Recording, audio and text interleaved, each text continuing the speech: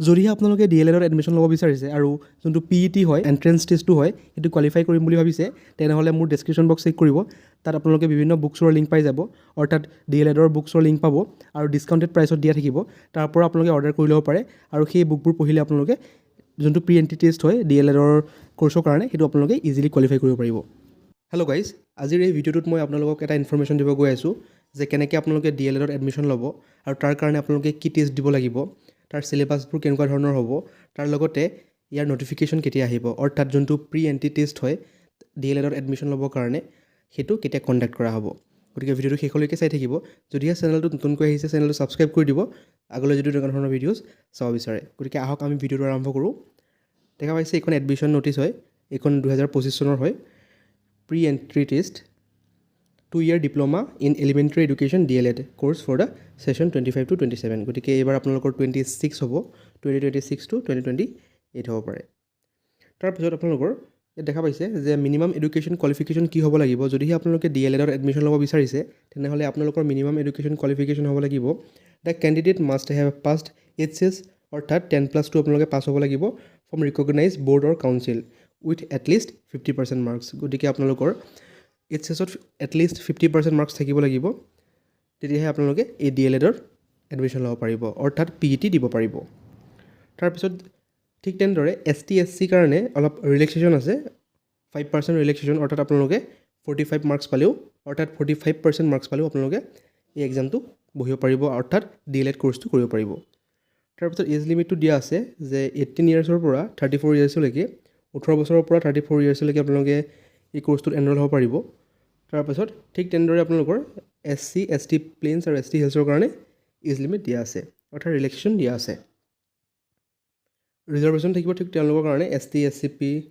SC STP আৰু ST হিলছৰ কাৰণে ঠিক তেনেদৰে EWS আৰু PWD কাৰণেও আপোনালোকৰ ৰিজাৰ্ভেশ্যন থাকিব কেনেকৈ এপ্লাই কৰিব যোনটো ৱেবছাইট দিয়া আছে যে scrtpet.co.in তাত গৈ পেলাই আপোনালোকে PET কাৰণে এপ্লাই কৰিব পাৰে আৰু ইয়াৰ এপ্লিকেশ্যন ফিজ 2025 চনত আছিলে 600 টকা একেই হ'ব এইবাৰো অৰ্থাৎ প্ৰত্যেকবাৰে 600 লয় ঠিক তেনেদৰে 600 হ'ব এইবাৰো তাৰপিছত আপোনালোকৰ এডমিট কাৰ্ডটো আপোনালোকে SCRT যোনটো ৱেবছাইট আছে তাৰ পৰা ডাউনলোড কৰিব পাৰিব তাৰপিছত ভেনিউ ক'ত হ'ব ইয়াত লিখা আছে যে the venue for pre-entry test 2025 will be allocated in the district selected by the candidate during submission of online application form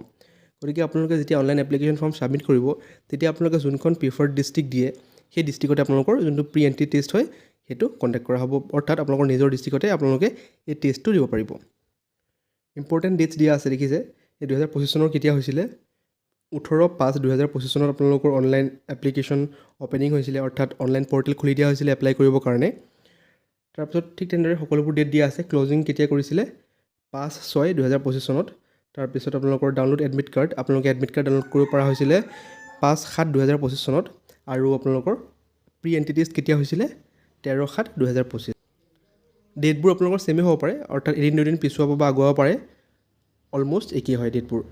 গতিকে এইখনেই আছিল আপোনালোকৰ এডমিশ্যন নটিচ এই এডমিশ্যন নটিচ প্ৰায় ছেম হ'ব খালি ডেটবোৰ আপোনালোকৰ অলপ আগা পিছা হ'ব পাৰে এতিয়া আমি চাওঁ আহক যে চিলেবাছটো কেনেকুৱা ধৰণৰ হ'ব এতিয়া চাওঁ আহক যে কুৱেশ্যন পেটাৰ্ণ কেনেকুৱা হ'ব আৰু মাৰ্কিং ছিষ্টেমটো কেনেকুৱা ধৰণৰ হ'ব প্ৰথমতে দেখিছে যে the test shall have 2 sections section 1 and section 2 total marks 100 থাকিব টাইম 2 hours দিয়া হ'ব টাইপ অফ কুৱেশ্যন MCQ দিয়া হ'ব নাম্বাৰ অফ কুৱেশ্যন 100 থাকিব আৰু মাৰ্ক কেৰিড বাই ইচ কুৱেশ্যন 1 মাৰ্ক আৰু ইয়াত আপোনালোকৰ নিগেটিভ মাৰ্কিং থাকিব অৰ্থাৎ এটা কুৱেশ্যন ইনকাৰেক্ট হ'লে 0.25 মাৰ্কছকৈ ডিডাক্ট কৰা হ'ব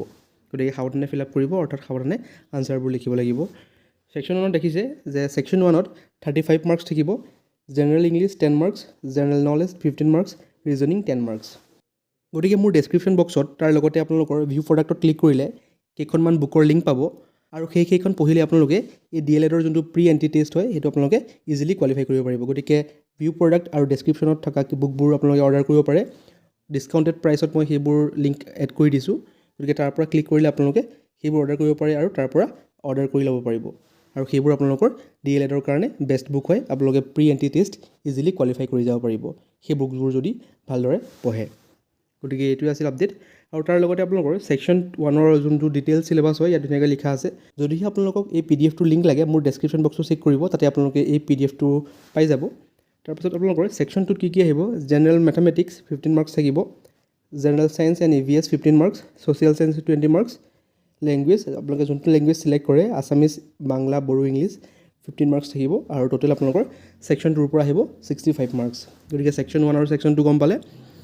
আপোনালোকে দেখা পাইছে দুইটা মিলি আপোনালোকৰ 100 মাৰ্কছৰ হৈ যায় আৰু ইয়াৰ যোনটো ডিটেইল চিলেবাছ হয় ছেকশ্যন 2ৰ ইয়াত ধুনীয়াকৈ লিখা আছে অৰ্থাৎ কোনবোৰ ছেকশ্যনৰ পৰা কুৱেশ্যন আহিব মেথমেটিক্সৰ কোনবোৰৰ পৰা আহিব তাৰ লগতে বাকী ছাবজেক্টবোৰো ধুনীয়াকৈ ইয়াত মেনশ্যন কৰা আছে কমেণ্ট কৰিব যদি আপোনালোকক ডিটেইল চিলেবাছৰ ভিডিঅ' লাগে মই ভালকৈ বনাই আপোনালোকক দি দিম আৰু যদিহে আপোনালোকে বুকবোৰ বাই কৰিব বিচাৰে ডেছক্ৰিপশ্যন বক্স চেক কৰিব তাৰ লগতে ভিউ প্ৰডাক্টটো ছিলেক্ট কৰিব